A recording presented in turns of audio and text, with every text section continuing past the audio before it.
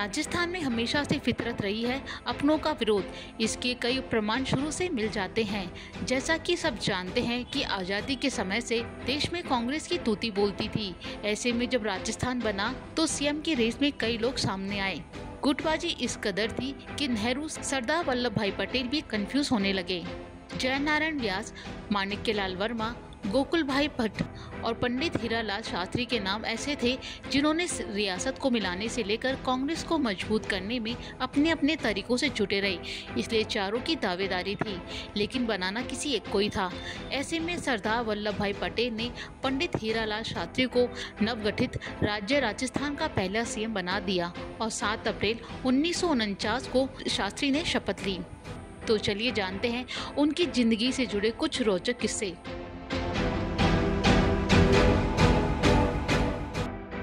उनका नाम हीरालाल जोशी था। उनके माता पिता मामूली किसान थे। बचपन मुश्किलों में कटा, लेकिन वो कुशल बुद्धि के थे। उन्होंने संस्कृत में शास्त्री की शिक्षा हासिल की। ये डिग्री आने के साथ ही हीरालाल जोशी हीरालाल शास्त्री बन गए। वो गांव में ही शिक्षक के रूप में बच्चों को पढ़ाना चाहते थे, लेकिन उन्हें जयपुर स्टेट सर्विस ज्वाइन करनी पड़ी। 21 साल की उम्र में वो अफसर बन गए और देखते ही देखते गृह विदेश सचिव बने। उन्होंने मेयो कॉलेज में भी अपनी सेवाएं शिक्षक के रूप में दी। फिर धीरे धीरे उनकी रुचि राजनीति और स्वतंत्रता संग्राम में जाग उठी। तब उन्होंने स्टेट सर्विस में इस्तीफा देकर पूरी तरह देश समाज की सेवा में जुट गए। जमनालाल बजाज उन दिनों जयपुर प्रजामंडल के प्रमुख थे। शास्त्री उनके संपर्क में आए तो दोनों की जोड़ी जमने लगी।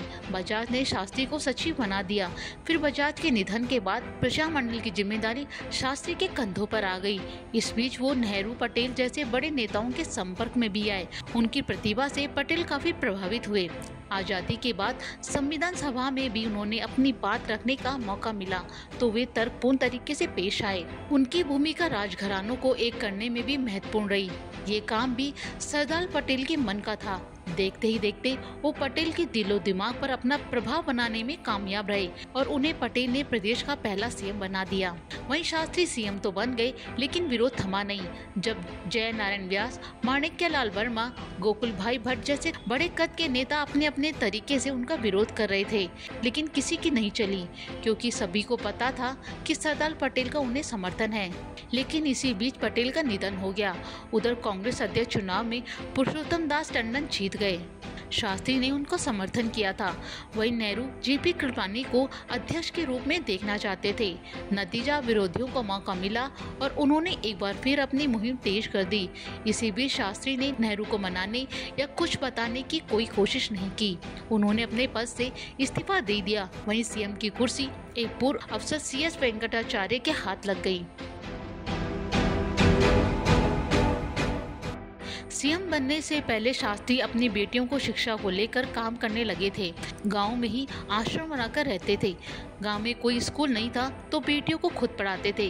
लेकिन महज एक दिन की बीमारी से उनकी बेटी शांता का 12 साल की उम्र में निधन हो गया, जिससे शास्त्री अंदर से टूट गए। बेटी की मौत से उभरने के बाद शास्त्री ने 6 बच्चियों को अनौपचारिक रूप से पढ़ाना शुरू कर दिया। देखते ही देखते उनकी संख्या बढ़ने लगी। शास्त्री मानते थे कि बेटियां पढ़ेंगी तभी देश और समाज में रोशनी बिखरेगी। इसी सपने को पूरा करने के इरादे से उन्होंने बेटियों के लिए वनस्थली गांव में एक छोटा सा स्कूल शुरू किया। आज का वनस्थली विद्यापीठ उन्हीं के सपनों को साकार कर रहा है। बेटियों को समर्पित देश का ऐसा शैक्षिक संस्थान है जहाँ देश भर के लोग बेटियों को भेजकर घर में निश्चित बैठ जाते हैं। पूरी तरह से आवासीय शिक्षण संस्थान आज देश भर में मशहूर है। तो ये थी पंडित हीरालाल शास्त्री के जीवन से जुड़ी कुछ रोचक जानकारियाँ।